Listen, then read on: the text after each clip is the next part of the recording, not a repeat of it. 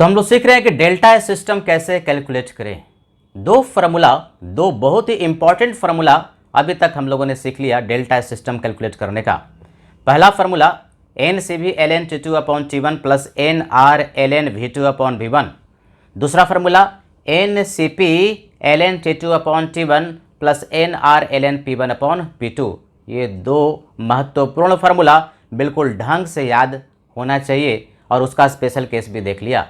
आज हम लोग सीख रहे हैं delta S calculation isothermal process के लिए। एक पर्टिकुलर प्रोसेस आइसोथर्मल ले लिया और इसमें भी तीन तरह का प्रोसेस लेंगे। आइसोथर्मल में रिवर्सिबल होगा, इरिवर्सिबल होगा और फ्री एक्सपेंशन होगा। तीन प्रोसेस के लिए, तीन आइसोथर्मल प्रोसेस के लिए डेल्टा एस सिस्टम कैलकुलेट करना सीखेंगे, डेल्टा एस सराउंडिंग कैलकुलेट करना सीखेंगे और डेल्टा एस टोटल।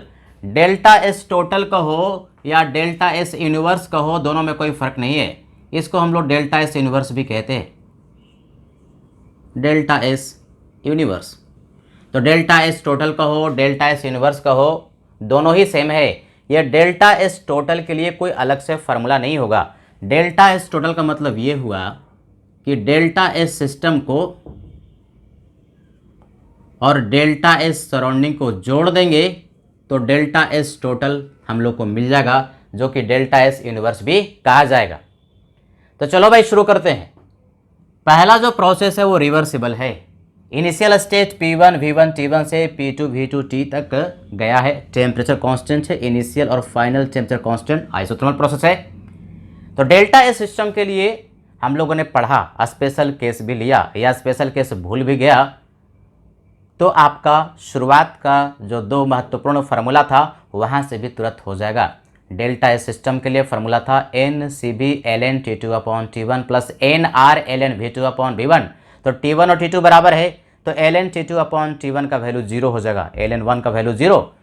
तो वहाँ से जब फार्मूला आ जाएगा डेल्टा एस सिस्टम का, वह आ जाएगा दूसरा वाला term N R L N V two upon V one.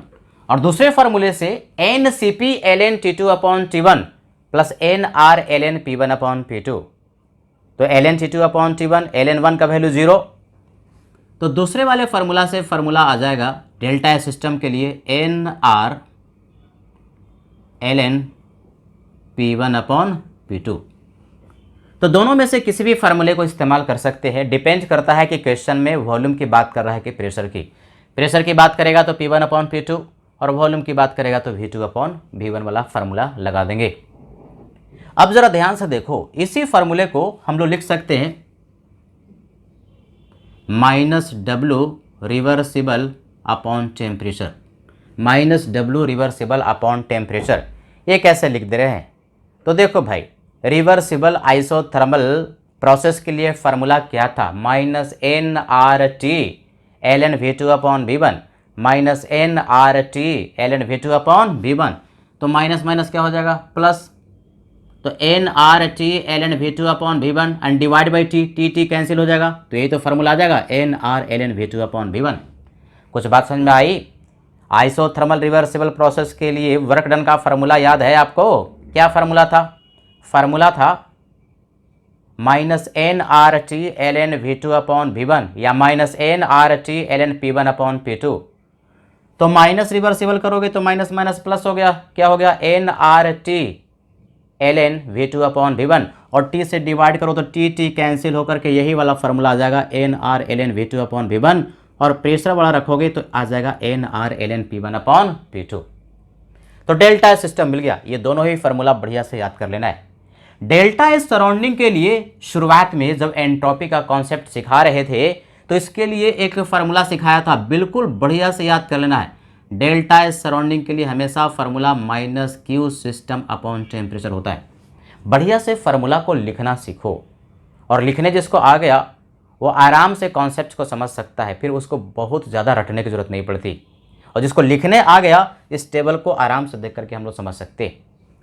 Minus Q system upon temperature, बार बार कह रहे हैं डेल्टा एस सराउंडिंग के लिए यह एक फिक्स फार्मूला है जिसको कि पहले लेक्चर में, एंट्रोपी के पहले लेक्चर में हमने पढ़ाया था। अब माइनस क्यू सिस्टम ये कैसे होगा, कैसे लिखोगे भाई? तो कैसा प्रोसेस है? ये प्रोसेस है आइसोथर्मल, तो यहाँ से देखो आइसोथर्मल के लिए डेल्टा यू का वैल्यू क्या होता है, 0 होता है। आइसोथर्मल के लिए डेल्टा यू का वैल्यू 0। किसके लिए लिख रहे हो, आइडियल गैस के लिए। ध्यान रहे जो हमारे पास सिस्टम है ना, वो सिस्टम कैसा है, आइडियल गैस। सिस्टम तो हम लोग आइडियल गैस ही करें। तो डेल्टा यू का जो फार्मूला था वो था N C B delta T, तो डेल्टा टी 0, तो डेल्टा यू का वैल्यू 0। और ये होता क्या है, Q प्लस डब्लू, यानी बेसिकली आइसोथर्मल प्रोसेस के लिए -Q अगर लिखना चाहें तो ये W के बराबर हो जाएगा। यानी बेसिकली ये फार्मूला हो जाएगा W, प्रोसेस कैसा है, रिवर्सिबल, तो W रिवर्सिबल अपॉन टेम्परेचर। अब W रिवर्सिबल का आपको फार्मूला याद है, -nRT ln V2 upon V1 या -nRT ln P1 upon P2। तो T से डिवाइड कर देंगे, फार्मूला रखेंगे -nRT ln V2 upon V1 divide by T, T क्या हो गया, कैंसिल। तो आपके पास ये फार्मूला आ जाएगा -nR ln V2 upon V1 या फिर -nR ln P1 upon P2, है कि नहीं। प्रेशर वाला इस्तेमाल करोगे तो P1 अपॉन P2, वॉल्यूम वाला इस्तेमाल करोगे तो V2 अपॉन V1। इस कॉन्सेप्ट को अप्लाई करके हम लोगों ने डेल्टा एस सराउंडिंग भी कैलकुलेट कर लिया। अब देखो इंटररिलेट करो, डेल्टा एस सिस्टम का जो फार्मूला आया nR ln V2 upon V1, delta S surrounding का जो फार्मूला आया -nR ln V2 upon V1, ये प्लस तो ये माइनस, ये प्लस तो ये माइनस, यानी दोनों का मैग्नीट्यूड सेम होगा। डेल्टा एस सिस्टम और डेल्टा एस सराउंडिंग का मैग्नीट्यूड सेम होगा, साइन का फर्क होगा, एक प्लस तो दूसरा माइनस, एक माइनस तो दूसरा प्लस, ये 10 तो ये -10, ये -5 तो ये 5 के बराबर होगा। यानी डेल्टा एस सिस्टम आपने कैलकुलेट कर लिया तो अलग से डेल्टा एस सराउंडिंग कैलकुलेट करने की जरूरत नहीं है। क्या करना है, बस साइन चेंज कर लेना है। डेल्टा एस सिस्टम यदि +15 आया तो डेल्टा एस सराउंडिंग -15 आंसर हो जाएगा। यानी एक अगर आपको कैलकुलेट करने आता है तो दूसरा भी कैलकुलेट करने आता है, और दोनों को जोड़ दो भाई, डेल्टा एस सिस्टम और डेल्टा एस सराउंडिंग, चाहे इन दोनों को जोड़ो या इन फार्मूले को जोड़ो, दोनों को जोड़ोगे। सिखाया भी डेल्टा एस टोटल कैसे, डेल्टा एस सिस्टम और डेल्टा एस सराउंडिंग जो आया उन वैल्यू को जोड़ो, तो यहाँ पर दोनों को जोड़ने पर जो वैल्यू आएगा क्या आ जाएगा, 0। यानी बेसिकली आइसोथर्मल प्रोसेस में हम लोगों ने सीखा कि डेल्टा एस टोटल, जिसको डेल्टा एस इनवर्स भी कहते हैं, जो कि डेल्टा एस सिस्टम और डेल्टा एस सराउंडिंग को जोड़ करके आता है, उसका वैल्यू 0 के बराबर होता है। अब जरा ध्यान से सुनो, इस सेंटेंस को हम बहुत बार बताएंगे। ये जो डेल्टा एस इनवर्स है, जिसको डेल्टा एस टोटल कहते हैं, रिवर्सिबल प्रोसेस के लिए हमेशा ही 0 होता है। रिवर्सिबल प्रोसेस चाहे आइसोथर्मल हो, चाहे एडियाबैटिक हो, चाहे कोई भी प्रोसेस हो, डेल्टा एस टोटल का वैल्यू 0 के बराबर। ये सूत्र है, महासूत्र है, इससे बहुत सारे कॉन्सेप्ट सॉल्व हो जाते हैं, बहुत सारे इस कॉन्सेप्ट से बहुत सारे क्वेश्चन सॉल्व हो जाते हैं। तो डेल्टा एस टोटल का वैल्यू रिवर्सिबल प्रोसेस के लिए 0 आया। आगे चल के प्रूफ करेंगे कि एडियाबैटिक प्रोसेस के लिए भी 0 के बराबर होता है। तो चलो भाई, रिवर्सिबल प्रोसेस के लिए हम लोगों ने delta S system, delta S surrounding और डेल्टा एस टोटल कैलकुलेट किया। अब इरिवर्सिबल प्रोसेस है, initial state same, final state same. Reversible, irreversible सबको याद है, रिवर्सिबल एक्सट्रीमली स्लो प्रोसेस और इरिवर्सिबल फास्ट प्रोसेस होता है। तो प्रोसेस यदि इरिवर्सिबल है लेकिन इनिशियल स्टेट और फाइनल स्टेट सेम है, तो डेल्टा एस सिस्टम का वैल्यू भी सेम ही होगा, formula same, nR ln V2 upon V1। दिमाग लगाओ कि ऐसा क्यों होगा, सब दिमाग लगाओ कि ऐसा क्यों होगा। दोनों ही फार्मूला हमने सेम ही क्यों रख दिया, जो डेल्टा एस सिस्टम का रिवर्सिबल के लिए निकाला वही इरिवर्सिबल के लिए क्यों, क्योंकि initial state same, final state same, तो एंट्रोपी का चेंज भी सेम। क्यों ऐसा, क्योंकि एंट्रोपी एक स्टेट फंक्शन है, एंट्रोपी एक स्टेट फंक्शन है जिसका कि डिफरेंस सिर्फ इनिशियल स्टेट और फाइनल स्टेट पर डिपेंड करता है, पाथ या प्रोसेस पर डिपेंड नहीं करता। तो initial state same, final state same, आप चाहे रिवर्सिबली गए या इरिवर्सिबली गए, दो अलग अलग प्रोसेस है, दो अलग अलग पाथ है, लेकिन चूंकि initial state same, final state same, तो डेल्टा एस सिस्टम का वैल्यू भी सेम, चूंकि एंट्रोपी एक स्टेट फंक्शन है, इसको याद रखना है। तो इसको हमने पुट कर दिया। डेल्टा एस सराउंडिंग का फार्मूला एकदम fix, -Q system upon temperature. तो यही फार्मूला लिखोगे W/T। लेकिन ये प्रोसेस कैसा, इरिवर्सिबल, तो वर्क डन भी कैसा, इरिवर्सिबल। यहाँ रिवर्सिबल है, यहाँ कैसा, इरिवर्सिबल। क्या आपने इरिवर्सिबल आइसोथर्मल प्रोसेस के लिए वर्क डन सीखा है? अगर भूल गया है तो पीछे वाला वीडियो लेक्चर में जा करके देखो, तभी तो समझ में आएगा। आगे के टॉपिक आपको तभी समझ में आते हैं जबकि पीछे वाला टॉपिक बिल्कुल क्रिस्टल क्लियर हो। वीडियो लेक्चर का ये भी फायदा है कि बार बार आप पीछे जा करके देख सकते हो और नोट्स भी बनाते जाओ। नोट्स को बना करके आप कॉपी में ही रिवाइज करते जाइए। तो इरिवर्सिबल प्रोसेस के लिए वर्क डन हम लोगों ने सीखा था और जो फार्मूला था वो था -P2 nRT 1/P2 -1/P1, ये सीखा था। अब इसको हमें किससे डिवाइड कर देना है, T से। ये T क्या हो गया, कैंसिल हो गया। तो आप इस फार्मूले से डेल्टा एस सराउंडिंग कैलकुलेट कर सकते हैं। अब ये डेल्टा एस टोटल कैलकुलेट करने का कोई अलग से फार्मूला थोड़ी है। डेल्टा एस टोटल, जिसको डेल्टा एस इनवर्स भी कहते हैं, जो कि डेल्टा एस सिस्टम और डेल्टा एस सराउंडिंग को जोड़ करके आता है। तो ये जो डेल्टा एस सराउंडिंग आप निकालेंगे और डेल्टा एस सिस्टम का जो निकाले हैं, दोनों को जोड़ देंगे तो आपको डेल्टा एस टोटल का वैल्यू आ जाएगा। यानी delta S system and plus delta S surrounding दोनों को जोड़ दोगे तो डेल्टा एस टोटल का वैल्यू आ जाएगा। और ध्यान रहे, इन दोनों को जोड़ने के बाद ये जो वैल्यू आता है पॉजिटिव आता है, ग्रेटर देन 0 आता है। इरिवर्सिबल प्रोसेस के लिए ध्यान सुनो, सेकेंड लॉ ऑफ थर्मोडायनेमिक्स जो हम लोगों ने पढ़ा था, इरिवर्सिबल प्रोसेस के लिए यूनिवर्स का एंट्रोपी हमेशा ही इंक्रीज करता है। यूनिवर्स का एंट्रोपी का हो या डेल्टा एस टोटल का हो या फिर हम कहें डेल्टा एस सिस्टम और डेल्टा एस सराउंडिंग को जोड़ करके, तीनों में कोई फर्क नहीं है।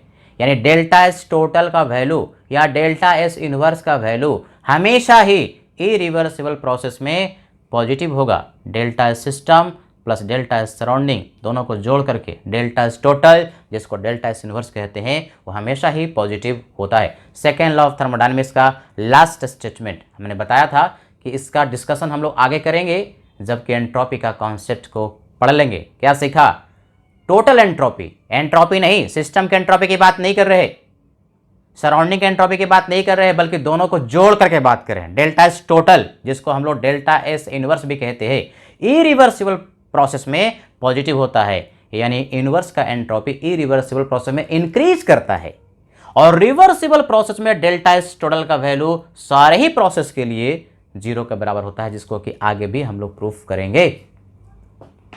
तो 2 प्रोसेस हो गया भाई। तीसरा process free expansion, isothermal free expansion कहो या एडियाबैटिक फ्री एक्सपेंशन कहो, दोनों में कोई फर्क नहीं। ये भी सिखाया पीछे में जाकर के देखो। प्रोसेस, डिफरेंट प्रोसेस के लिए delta U, delta S, Q और डब्ल्यू जब निकाल रहे थे तो एडियाबैटिक प्रोसेस के जस्ट बाद में हम लोगों ने पढ़ा है एडियाबैटिक फ्री एक्सपेंशन। यह एक ऐसा प्रोसेस है फ्री एक्सपेंशन का जो कि आइसोथर्मल के साथ साथ एडियाबैटिक भी होता है। मैं फिर से बता रहा हूं, यह प्रोसेस एडियाबैटिक भी होता है, एडियाबैटिक भी होता है। यही तो एक प्रोसेस है जो कि आइसोथर्मल के साथ साथ एडियाबैटिक है। यही तो एक प्रोसेस है जो कि आइसोथर्मल के साथ साथ एडियाबैटिक है। Free expansion is an process which is isothermal as well as adiabatic. Initial state same, final state same, initial state same, final state same. तो डेल्टा एस का वैल्यू भी सेम, फार्मूला भी same. बोलो भाई, delta S system के लिए formula same क्यों? अभी सिखाया था। एंट्रोपी एक स्टेट फंक्शन है जिसका कि चेंज सिर्फ इनिशियल और फाइनल स्टेट पर डिपेंड करता है, पाथ या प्रोसेस पर डिपेंड नहीं करता। तो initial state same, final state same, तो फार्मूला भी सेम और आंसर भी सेम ही होने वाला है क्योंकि एंट्रोपी एक स्टेट फंक्शन है। डेल्टा एस सराउंडिंग, इसके लिए तो फार्मूला एकदम बिल्कुल फिक्स है, delta S system and divide by temperature. चूंकि यह एडियाबैटिक प्रोसेस भी है तो एडियाबैटिक प्रोसेस के लिए हीट का ट्रांसफर 0, Q 0, तो 0/T that is equal to 0 है कि नहीं। और ये डेल्टा एस टोटल दोनों को जोड़ देंगे तो ये तो 0 है, यानी बेसिकली ये डेल्टा एस सिस्टम के बराबर हो जाएगा। और चूंकि यह प्रोसेस जो है एक्सपेंशन का है, NR ln V2/V1, तो ln V2/V1 का वैल्यू पॉजिटिव, तो ये वाला वैल्यू पॉजिटिव, यानी बेसिकली डेल्टा एस टोटल का वैल्यू क्या आएगा, पॉजिटिव, और पॉजिटिव आना भी चाहिए, थ्योरी है सेकेंड लॉ ऑफ थर्मोडायनेमिक्स के इरिवर्सिबल प्रोसेस में डेल्टा एस टोटल का वैल्यू पॉजिटिव होता है। यहाँ delta S total delta system के बराबर, क्योंकि ये वाला वैल्यू क्या है, जीरो, और ये पॉजिटिव। सर आप तो इरिवर्सिबल कह रहे थे, तो फ्री एक्सपेंशन है। Free expansion is an example of irreversible process. Free expansion बहुत फास्ट प्रोसेस होता है, तो फ्री एक्सपेंशन भी एक एग्जाम्पल है किसका, इरिवर्सिबल प्रोसेस का। तो दो थ्योरी निकल करके, ये सब फार्मूला तो बढ़िया से याद कर लोगे, बढ़िया से इसको नोट कर लोगे, बढ़िया से देखो मैं साइड में हो जा रहा हूँ, इसको बढ़िया से नोट कर लोगे पॉज करके, और सारे फार्मूले को बढ़िया से याद कर लेना है। दो कॉन्सेप्ट को जिसको हम आगे भी पढ़ाएंगे, बताते रहेंगे, बार बार बताएंगे। पहला कॉन्सेप्ट कि डेल्टा एस टोटल का वैल्यू रिवर्सिबल प्रोसेस के लिए जीरो, और इरिवर्सिबल प्रोसेस के लिए डेल्टा एस टोटल का वैल्यू पॉजिटिव। तो रिवर्सिबल में अगर आपने डेल्टा एस सिस्टम निकाल लिया तो डेल्टा एस सराउंडिंग अलग से निकालने की जरूरत नहीं है। क्यों? क्योंकि डेल्टा एस टोटल तुमको पता है जीरो, तो ये पॉजिटिव तो ये नेगेटिव, ये नेगेटिव तो ये पॉजिटिव, यानी एक्स तो ये माइनस एक्स, और ये माइनस एक्स तो ये एक्स के बराबर होगा, है कि नहीं।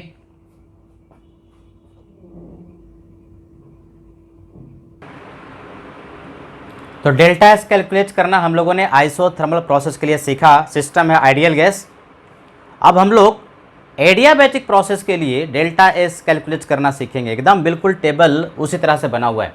तीन प्रोसेस लेंगे, एक एडियाबैटिक रिवर्सिबल, एडियाबैटिक इरिवर्सिबल और एडियाबैटिक फ्री एक्सपेंशन, और तीन के लिए निकालेंगे delta S system, delta S surrounding और delta S total. Delta S total अलग से निकालने की जरूरत नहीं है, अभी सिखाया था कि डेल्टा एस टोटल बेसिकली क्या होता है, डेल्टा एस सिस्टम जो आपका आएगा और डेल्टा एस सराउंडिंग जो आएगा, दोनों को जोड़ देंगे तो डेल्टा एस टोटल का वैल्यू आपको मिल जाएगा।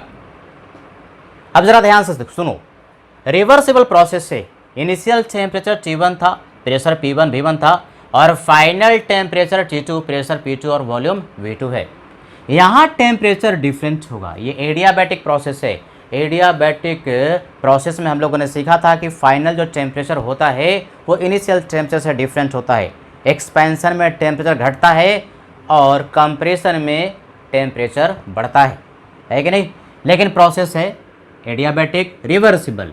तो एडियाबैटिक रिवर्सिबल के लिए हमारे पास एक फार्मूला तो ये तो है ही ना, D Q reversible upon temperature का इंटीग्रेशन। अब रिवर्सिबली ही हीट का ट्रांसफर जीरो है, एडियाबैटिक है, रिवर्सिबल है, यानी एडियाबैटिकली हीट का ट्रांसफर नहीं हो रहा रिवर्सिबली। क्या मतलब, ये डी क्यू का वैल्यू जीरो, तो जीरो अपॉन टी को इंटीग्रेट भी करोगे तो वैल्यू जो आ रहा जाएगा वो बेसिकली क्या आ जाएगा, जीरो आ जाएगा। यानी रिवर्सिबल एडियाबैटिक प्रोसेस में डेल्टा एस सिस्टम का वैल्यू जीरो होगा। डेल्टा एस सराउंडिंग के लिए एकदम फिक्स फार्मूला, सब बोलो क्या, minus Q system upon temperature, है कि नहीं, minus Q system upon temperature. अब क्यू का वैल्यू जीरो, एडियाबैटिक है भाई, तो क्यू का वैल्यू जीरो, तो zero upon T that is equal to zero, यानी डेल्टा एस सराउंडिंग भी जीरो और डेल्टा एस सिस्टम भी जीरो। तो डेल्टा एस टोटल का वैल्यू क्या, जीरो प्लस जीरो, जीरो के बराबर, है कि नहीं। अभी थोड़ी देर पहले बता रहे थे कि रिवर्सिबल कैसा भी दुनिया का प्रोसेस हो, डेल्टा एस टोटल का वैल्यू जीरो होता है। रिवर्सिबल प्रोसेस में डेल्टा एस टोटल का वैल्यू जीरो होता है, ये बढ़िया से याद कर लेना है। अब दूसरा प्रोसेस है इरिवर्सिबल। इरिवर्सिबल का रिवर्सिबल वाले इनिशियल स्टेट बिल्कुल हमने सेम रखा है, P1 V1 T1, P1 V1 T1, initial pressure same है, sorry pressure volume temperature same है, प्रेशर वॉल्यूम टेम्परेचर सेम है, प्रेशर वॉल्यूम टेम्परेचर सेम है, P1 V1 T1, P1 V1 T1, है कि नहीं। फाइनल जो है टेम्परेचर इरिवर्सिबल का और रिवर्सिबल का एडियाबैटिक में सेम नहीं हो सकता। अगर एडियाबैटिक प्रोसेस को रिकॉल करो तो वहाँ पर हम लोगों ने पढ़ा था कि फाइनल जो टेम्परेचर होता है इरिवर्सिबल का रिवर्सिबल के फाइनल टेम्परेचर से हमेशा ज़्यादा होता है। इरिवर्सिबल का रिवर्सिबल के फाइनल टेम्परेचर से हमेशा ज़्यादा होता है कि नहीं, इरिवर्सिबल लीडर होता है। यानी एक्सपेंशन करो चाहे कंप्रेशन करो, एडियाबैटिक में फाइनल टेम्परेचर जो होता है रिवर्सिबल और इरिवर्सिबल का सेम नहीं होता। अरे भैया ज़्यादा होता है इसका मतलब सेम नहीं होता, डिफरेंट होता है। तो फाइनल टेम्परेचर यहाँ पर T2 नहीं बल्कि T2 डैश है, यानी फाइनल पोजीशन एडियाबैटिक में रिवर्सिबल और इरिवर्सिबल का सेम पॉसिबल नहीं है, ये याद रखना है। तो ये P2 डैश V2 और T2 डैश कर दिया। एक फाइनल पैरामीटर, एक कोई फाइनल पैरामीटर सेम रखना पड़ता है कंपेरिजन करने के लिए, तो हमने फाइनल वॉल्यूम को सेम रखा। तो यदि टेम्परेचर डिफरेंट है तो प्रेशर को भी डिफरेंट होना पड़ेगा, है कि नहीं? क्योंकि अगर ये दोनों पैरामीटर सेम हो जाएगा तो टी भी सेम हो जाएगा, P V equal to N R T से। तो यदि टेम्परेचर डिफरेंट और एक वॉल्यूम सेम तो प्रेशर को भी डिफरेंट होना पड़ेगा। तो एक केस में हमने फाइनल प्रेशर को डिफरेंट लिया इसके रिस्पेक्ट में, और दूसरे केस में फाइनल वॉल्यूम को डिफरेंट लिया। तो क्या ये वाला वैल्यू भी जीरो होगा? डेल्टा एस सिस्टम का वैल्यू यहाँ पर जीरो, ये वाला भी वैल्यू जीरो होगा? नहीं होगा। इरिवर्सिबल प्रोसेस के लिए डेल्टा एस सिस्टम का वैल्यू जीरो नहीं होगा। कह सकते हो कि सर वहाँ तो फार्मूला डेल्टा एस सिस्टम का रिवर्सिबल और इरिवर्सिबल आइसोथर्मल में सेम लगा दिए थे। वहाँ इसलिए लगाए थे क्योंकि इनिशियल स्टेट और फाइनल स्टेट सेम था। आइसोथर्मली फाइनल पोजीशन इरिवर्सिबल और रिवर्सिबल का सेम हो सकता है। इनिशियल और फाइनल स्टेट रिवर्सिबल और इरिवर्सिबल का सेम हो सकता है। कहाँ पर? आइसोथर्मल में। लेकिन एडियाबैटिक में कदापि भी ये पॉसिबल नहीं है। तो फाइनल स्टेट ही डिफरेंट है तो ये जीरो नहीं होगा बल्कि जीरो से डिफरेंट होगा। फिर कौन सा फार्मूला? अरे बड़ा वाला फार्मूला तो हमेशा ही अप्लीकेबल है। दो फार्मूला हमने सिखाया है, जनरल सारे ही कंडीशन में अप्लाइड है। कौन सा फार्मूला? एक CB वाला, दूसरा CP वाला। तो या तो इस फार्मूले को हम लिख सकते हैं NCB ln T2 upon T1, temperature यहाँ T2 डैश है तो T2 dash upon T1, and plus NR ln V2 upon V1, V2 upon V1 volume वाला। या फिर फार्मूला लगा सकते हो प्रेशर वाला, NCP ln T2 dash upon T1 and plus NR ln P1 upon P2, P1 upon P2, P1 upon P2। अब दोनों में से कौन सा फार्मूला इस्तेमाल करें? डिपेंड करता है कि डेटा क्या दिया। वॉल्यूम का डेटा दिया तो पहला वाला फार्मूला, प्रेशर का डेटा दिया तो दूसरा वाला फार्मूला। टेम्परेचर कैलकुलेट करने का इरिवर्सिबल एडियाबैटिक में हमने फार्मूला बताया था। फाइनल टेम्परेचर कैलकुलेट करने के लिए इरिवर्सिबल एडियाबैटिक में फार्मूला याद है सबको? T2 minus T1 divide by gamma minus 1 it is equal to minus P external bracket शुरू और क्या T2 upon P2 minus T1 upon P1। Numerical जब करेंगे तो फिर से उस फार्मूले को रिवाइज करेंगे, लेकिन रिवाइज तो हम करेंगे ही करेंगे, आपको on the tip of the tongue याद रहना चाहिए। धीरे धीरे फार्मूले की संख्या बढ़ते जा रही है। अब क्या करें सर, याद नहीं रहता, इतने सारे फार्मूले आते जा रहे हैं। फार्मूला एक दूसरे से इंटरकनेक्टेड है, एक दूसरे को रिलेट करके बढ़िया से कॉन्सेप्ट को समझ करके फार्मूले को याद रखो और बार बार उसको लिखने का प्रयास करो, और कहीं पर फार्मूले का सेट लिख करके चिपका दो। सोने के पहले एक बार देख लो, जागने के बाद एक बार देख लो, दिमाग में बार बार रिवाइज करोगे तो फार्मूले सारे याद हो जाते। यही तरीका है, रिवीजन इज द की। चलो डेल्टा सराउंडिंग निकालते हैं भाई। डेल्टा सराउंडिंग के लिए फिक्स फार्मूला, बार बार कह रहे हैं फार्मूला इसका एकदम fix, minus Q system upon temperature, तो 0 upon T that is equal to 0। Adiabatic process है, हीट का ट्रांसफर नहीं होगा तो 0 अपॉन T। अब दोनों को अगर हम जोड़ें तो डेल्टा एस टोटल मिल जाएगा। अब डेल्टा सराउंडिंग तो 0 है, यानी basically delta S total delta S system के बराबर हो जाएगा। और ध्यान रहे इरिवर्सिबल प्रोसेस के लिए डेल्टा एस टोटल, जिसको हम डेल्टा एस इनवर्स भी कहते हैं, हमेशा ही पॉजिटिव आता है। यानी इसको अगर आप कैलकुलेट करेंगे जो कि डेल्टा एस टोटल के बराबर भी होगा, हमेशा ही पॉजिटिव होगा। क्या सीख रहे हैं? इरिवर्सिबल प्रोसेस में यूनिवर्स का एंट्रोपी हमेशा बढ़ता है। ना तो सिस्टम की बात कर रहे, ना तो सराउंडिंग की बात कर रहे, बल्कि किसकी बात करें? यूनिवर्स की, जो कि सिस्टम और सराउंडिंग को जोड़ करके आता है। रिवर्सिबल प्रोसेस में डेल्टा एस टोटल का वैल्यू 0 और इरिवर्सिबल प्रोसेस में डेल्टा एस टोटल का वैल्यू पॉजिटिव होता है, जो कि एक थ्योरी के रिस्पेक्ट में भी हम आपको लास्ट में लिखेंगे और समझाएंगे। Last process adiabatic free expansion, अभी थोड़ी देर पहले इसी प्रोसेस को तो डिस्कस किया था। आइसोथर्मल फ्री एक्सपेंशन कहो या एडियाबैटिक फ्री एक्सपेंशन कहो, दोनों में कोई फर्क नहीं है, दोनों ही सेम प्रोसेस है। तो adiabatic free expansion is also an isothermal process. यह आइसोथर्मल भी होगा। तभी तो इनिशियल टेम्परेचर T1 है, तो फाइनल टेम्परेचर भी T1 ही रहा। क्यों? कि adiabatic free expansion is adiabatic as well as isothermal. अब इसके लिए क्या फार्मूला? वही पुराना जो आइसोथर्मल एडियाबैटिक फ्री एक्सपेंशन में वही होगा जो कि आइसोथर्मल फ्री एक्सपेंशन में लिखा।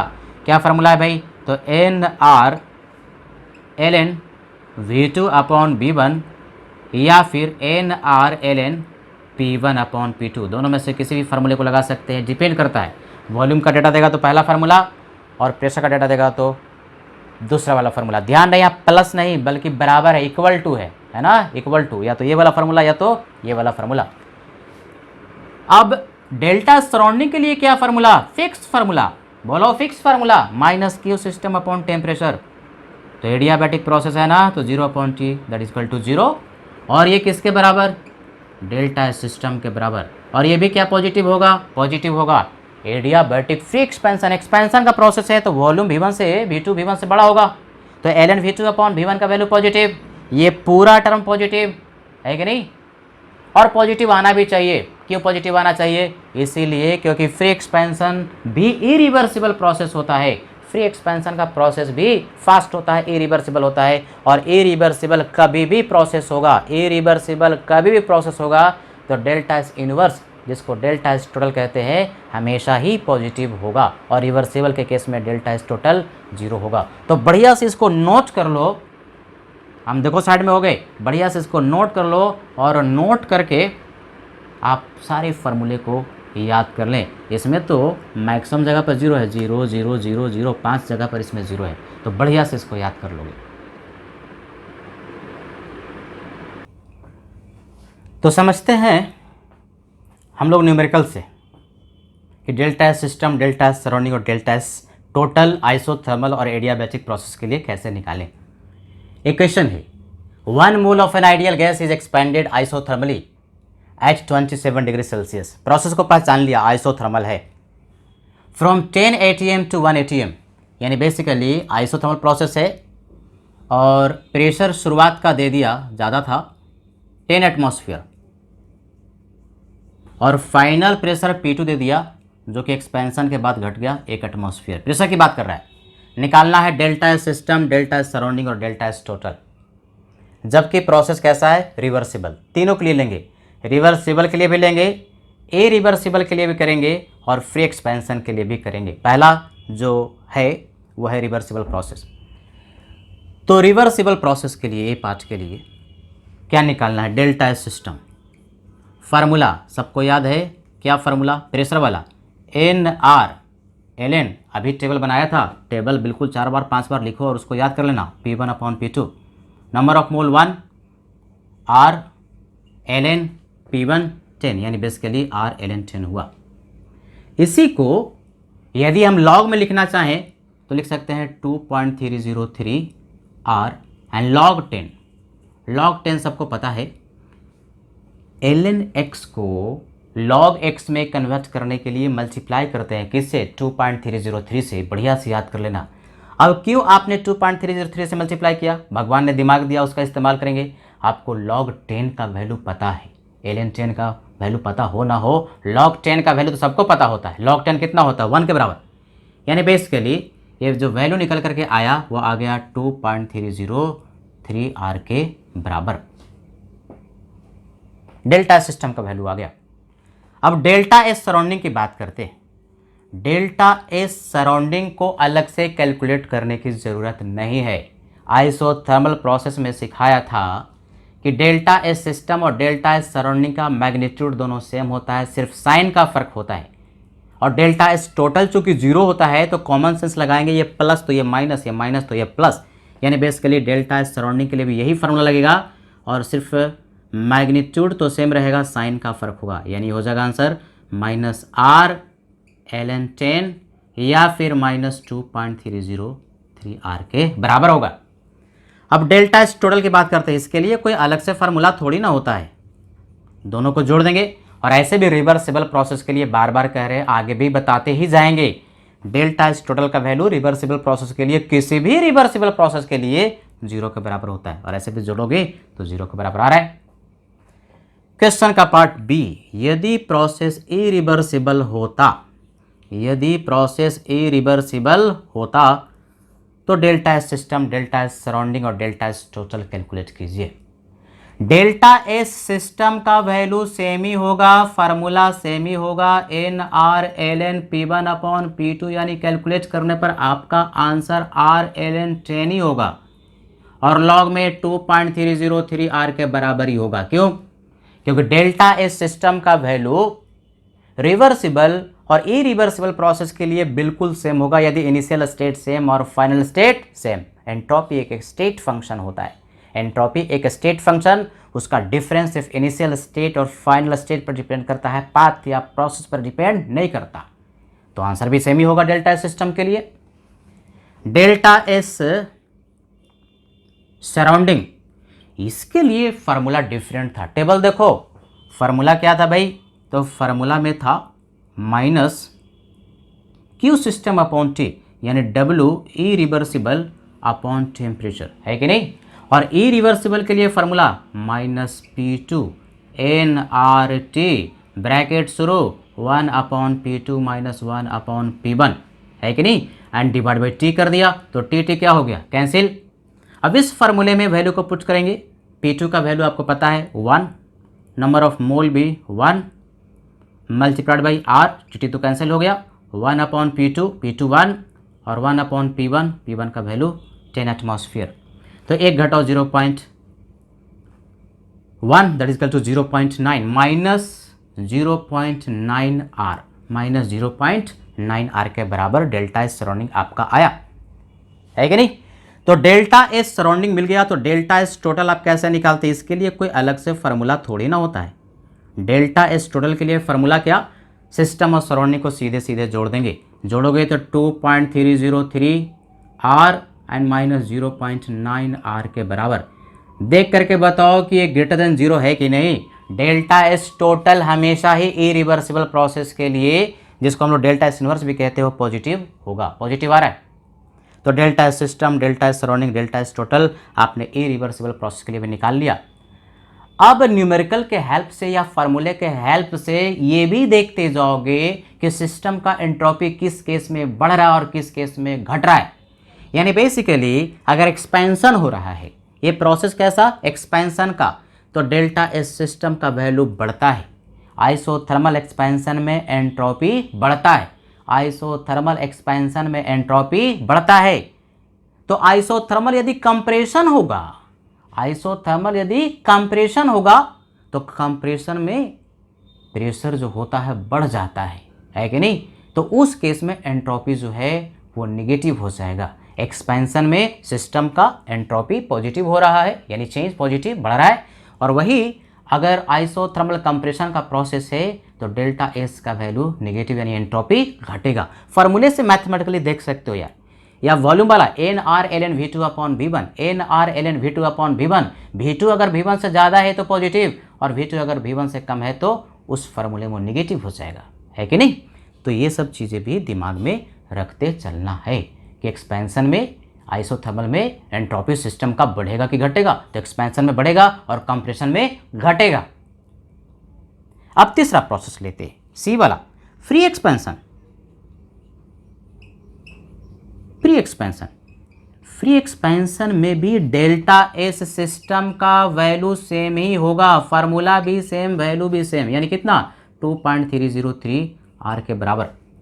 क्यों? Initial state same, final state same, तो डेल्टा एस का वैल्यू भी सेम ही होगा। टेबल में जाओ और देखो, डेल्टा एस सराउंडिंग यह एक ऐसा प्रोसेस है जो कि एडियाबैटिक भी है, तो डेल्टा एस सराउंडिंग 0 है कि नहीं? तो delta S total, delta S total के लिए अलग से फार्मूला थोड़ी ना होता है, दोनों को जोड़ दो, तो दोनों को जोड़ेंगे तो 2.303 आर के बराबर, यानी डेल्टा एस टोटल यहाँ पर भी पॉजिटिव आ रहा है, और पॉजिटिव आना चाहिए। क्यों पॉजिटिव आना चाहिए? क्योंकि फ्री एक्सपेंशन भी एक प्रोसेस है जो कि इरिवर्सिबल है, यानी इरिवर्सिबल प्रोसेस में हमेशा ही डेल्टा एस टोटल का वैल्यू पॉजिटिव आता है। Question number 2, 1 mole of A triatomic non linear ideal gas, triatomic non linear ideal gas क्या बल्ब जला दिमाग में? Cv और Cp का वैल्यू दिमाग में आया। Cv का वैल्यू 3R और Cp का वैल्यू 4R और गामा का वैल्यू 4/3। ये आ जाना चाहिए तुरंत दिमाग में। Gas is expanded adiabatically, process कैसा? एडियाबैटिक है। From 16 atm to 1 atm। 16 atm जो है ना, ये P1 हो गया, यहीं पर लिख लो। और 1 एटमॉस्फेयर जो है वो क्या हो गया? Final pressure P2। Temperature initial 27 degree Celsius. Temperature must always be in kelvin. कितना केल्विन? 300 केल्विन हुआ। 273 जोड़ोगे। क्या निकालना है? Delta S system, delta S surrounding और डेल्टा एस टोटल। 3 प्रोसेस के लिए, रिवर्सिबल, इरिवर्सिबल और फ्री एक्सपेंशन, 3 जो पढ़े। टेबल निकाल लो भाई, टेबल को ध्यान से देखो। टेबल अगर याद तो क्वेश्चन बहुत आसान है, तुरंत कर सकते हैं। तो क्वेश्चन का ए पार्ट रिवर्सिबल है। रिवर्सिबल एडियाबैटिक के लिए डेल्टा एस सिस्टम भी 0, डेल्टा एस सराउंडिंग भी 0 और डेल्टा एस टोटल भी 0। 5 मार्क्स तुमको मिल गया है कि नहीं? एडियाबैटिक प्रोसेस कह दे और बोले कि रिवर्सिबल है और फिर उसके बाद बहुत लंबा क्वेश्चन दे, एक्सपेंशन हुआ, कंप्रेशन हुआ, शुरुआत का टेम्परेचर ये था, फिर ये हुआ, इतना वॉल्यूम बढ़ गया, इतना प्रेशर घट गया या बढ़ गया। एडियाबैटिक रिवर्सिबल देखते के साथ उसके बाद क्या इंफॉर्मेशन दिया उससे कोई मतलब नहीं है। Delta S system 0, delta S surrounding भी 0 और डेल्टा एस टोटल भी 0। तीनों का तीनों 0 होगा। तो आपको 5 मार्क्स तो ऐसे ही मिल जाएंगे अगर कॉन्सेप्ट याद है। क्वेश्चन का बी पार्ट कैसा है? इरिवर्सिबल है कि नहीं? अब इरिवर्सिबल प्रोसेस में डेल्टा एस सिस्टम का वैल्यू 0 नहीं होगा। टेबल निकालो। इसके लिए फार्मूला, बड़ा वाला फार्मूला कौन सा इस्तेमाल करें? प्रेशर वाला इस्तेमाल करें कि वॉल्यूम वाला? डेटा देखो ना, प्रेशर की बात कर रहा है और टेम्परेचर की बात कर रहा है, तो प्रेशर वाला और टेम्परेचर वाला इस्तेमाल करेंगे ना।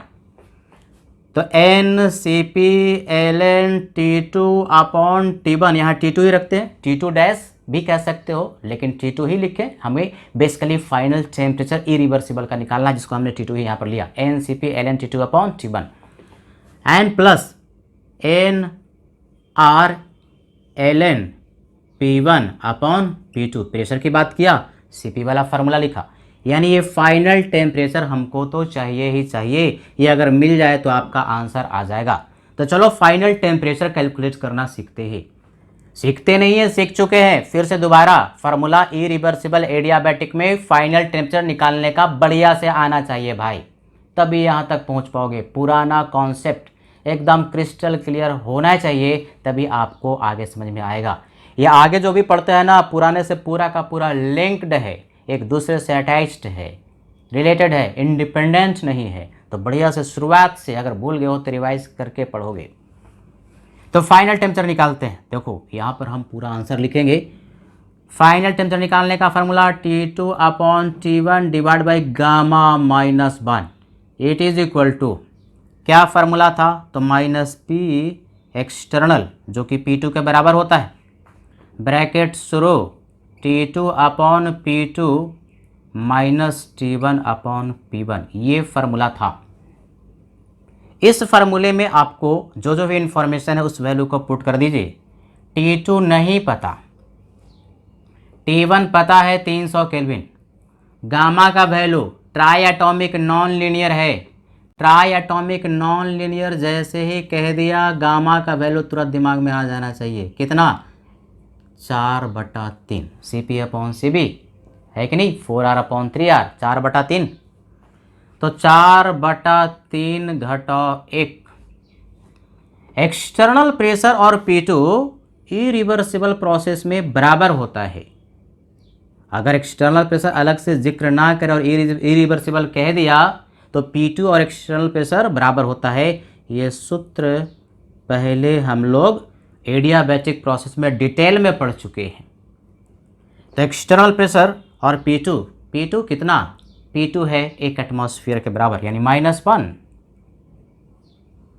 T2 नहीं पता, P2 1 एटमॉस्फेयर, T1 300 केल्विन है और P1 का वैल्यू 16 एटमॉस्फेयर है ना।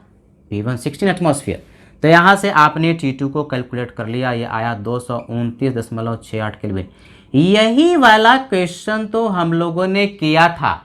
एडियाबैटिक इरिवर्सिबल के लिए जो वर्क डन कैलकुलेट किए थे, बिल्कुल यही वाला क्वेश्चन था। इसमें फाइनल टेम्परेचर निकाला था, निकाल करके देखो या पुराना वीडियो देखो एडियाबैटिक का, एग्जैक्टली यही क्वेश्चन था। तो टेम्परेचर फाइनल आया 229.68 केल्विन। यहाँ पर वैल्यू पुट कर देंगे, नंबर ऑफ मोल कितना लिया 1, सीपी का वैल्यू कितना, ट्राई एटॉमिक नॉन लीनियर के लिए सीपी का वैल्यू 4R, तो 4R ln 229.68 divide by initial temperature 300 kelvin plus NR ln, n का वैल्यू 1, R ln P1 का वैल्यू 16, तो 16 divide by 1 that is equal to 16। आजकल इसी फॉर्मेट में आंसर देता है, यानी डेल्टा एस सिस्टम का आपका ये आंसर आ गया। तो डेल्टा एस सिस्टम आ गया और इरिवर्सिबल प्रोसेस है डेल्टा एस सराउंडिंग।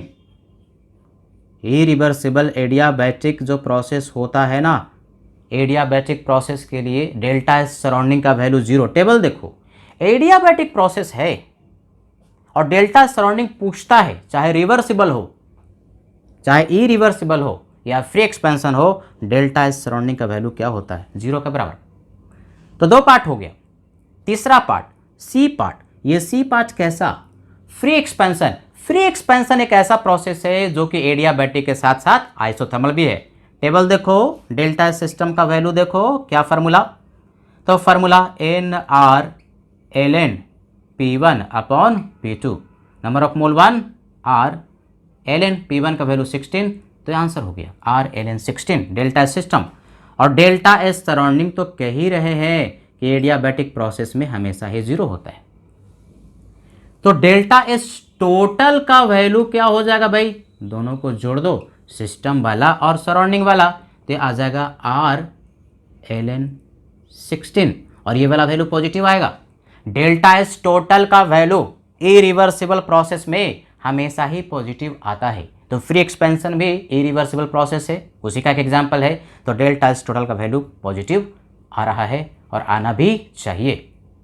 तो इस तरह से न्यूमेरिकल को हम लोग कर लेते हैं। जितना 2 टेबल हमने सिखाया बढ़िया से उसको बार बार 5 बार 6 बार लिखो, रिवाइज करो दिमाग में, फार्मूले का एक टेबल बना लो और उन फार्मूले को भी बार बार रिवाइज करो, तब आपका थर्मोडायनेमिक्स बिल्कुल स्ट्रांग हो जाएगा। घबराने की जरूरत नहीं है, लेकिन बार बार रिवाइज करना जरूरी है और कॉन्सेप्ट को बढ़िया से समझना भी जरूरी है।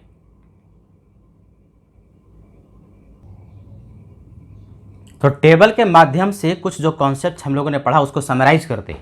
थ्योरी में जो कॉन्सेप्ट लिखा है इसको बहुत पूछा जाता है कि नहीं, कि कोई भी जो प्रोसेस है स्पॉन्टेनियस है या इरिवर्सिबल है या रिवर्सिबल है, तो उसके लिए क्या कंडीशन होगा डेल्टा एस के रिस्पेक्ट में। तो ये तीनों जो पॉइंट हमने लिखा है बढ़िया से समझना है इसको। हालांकि 2 पॉइंट तो मैं बार बार कह रहा हूँ कि कोई भी एक प्रोसेस रिवर्सिबल है, extremely slow process is reversible process, लिखा रहेगा कि रिवर्सिबल है। या कोई एक केमिकल रिएक्शन इक्विलिब्रियम पर है, देखो कोई एक केमिकल रिएक्शन जैसे ए का कन्वर्जन बी में हो रहा है और ये इक्विलिब्रियम पर है। इक्विलिब्रियम का मतलब जिस रफ्तार से फॉरवर्ड उसी रफ्तार से बैकवर्ड, यानी बेसिकली यह रिएक्शन न तो इफेक्टिवली फॉरवर्ड जा रहा और न तो इफेक्टिवली बैकवर्ड जा रहा। कॉन्सेंट्रेशन रिएक्टेंट और प्रोडक्ट का इक्विलिब्रियम पर कांस्टेंट हो जाता है, यानी कि फॉरवर्ड जाने में भी इनफाइनाइट टाइम लगेगा और बैकवर्ड जाने में भी इनफाइनाइट टाइम लगेगा। अर्थात ये बिल्कुल रिवर्सिबल जैसे प्रोसेस होता है, उसी तरह से कोई एक केमिकल रिएक्शन इक्विलिब्रियम पर है तो रिवर्सिबल प्रोसेस की तरह ही हो जाता है कि नहीं। तो कोई एक केमिकल रिएक्शन इक्विलिब्रियम पर है या कोई एक प्रोसेस रिवर्सिबल है, तो आज हम लोग पढ़े कि डेल्टा एस टोटल का वैल्यू 0 होता है। डेल्टा एस टोटल, चाहे वो प्रोसेस आइसोथर्मल हो, एडियाबैटिक हो या कोई भी प्रोसेस हो, डेल्टा एस टोटल का वैल्यू 0। ध्यान रहे, डेल्टा एस टोटल जिसको डेल्टा एस इनवर्स भी कहते हैं उसका वैल्यू 0। डेल्टा एस सिस्टम की बात नहीं कर रहे, डेल्टा एस सराउंडिंग की भी बात नहीं कर रहे, बल्कि दोनों को जोड़ करके बात कर रहे। रिवर्सिबल प्रोसेस के लिए या कोई एक केमिकल रिएक्शन है तो उसके लिए वैल्यू डेल्टा एस टोटल का वैल्यू 0 होता है। वही अगर प्रोसेस इरिवर्सिबल है, इरिवर्सिबल क्या होता है, फास्ट होता है, एक गिवन डायरेक्शन में स्वतः हो रहा होता है, तो उसको हम लोग स्पॉन्टेनियस भी कहते। स्पॉन्टेनियस कहो, इरिवर्सिबल कहो या फिजिबल कहो, दोनों में कोई फर्क, तीनों में कोई फर्क नहीं है। फिजिबल का मतलब गिवन कंडीशन में उस डायरेक्शन में उस प्रोसेस या उस रिएक्शन का होना, तो फिजिबल कोई एक रिएक्शन है कि नहीं, या स्पॉन्टेनियस है कि नहीं, या कोई एक प्रोसेस इरिवर्सिबल है कि नहीं, सब बात सेम है, सिनोनिम है, पर्यायवाची है। इरिवर्सिबल कहो, फिजिबल कहो, स्पॉन्टेनियस कहो, रिएक्शन के लिए हम लोग स्पॉन्टेनियस या फिजिबल टर्म इस्तेमाल करते हैं, ज़्यादातर स्पॉन्टेनियस। तो स्पॉन्टेनियस रिएक्शन या इरिवर्सिबल प्रोसेस के लिए डेल्टा एस टोटल का वैल्यू, ना तो सिस्टम ना तो सराउंडिंग, बल्कि किसका, डेल्टा एस टोटल का वैल्यू क्या होना चाहिए, पॉजिटिव होना चाहिए। ये बढ़िया से याद कर लेना। यानी डेल्टा एस टोटल आपने निकाला और निगेटिव आया, तो जिस डायरेक्शन में आप सोच रहे हैं उस डायरेक्शन में वह प्रोसेस या रिएक्शन नहीं, बल्कि उसके अपोजिट डायरेक्शन में हो रहा है। जैसे ए का कन्वर्जन बी में डेल्टा एस टोटल कैलकुलेट किया गया, पॉजिटिव आया, अर्थात यह रिएक्शन फॉरवर्ड की ओर हो रहा है।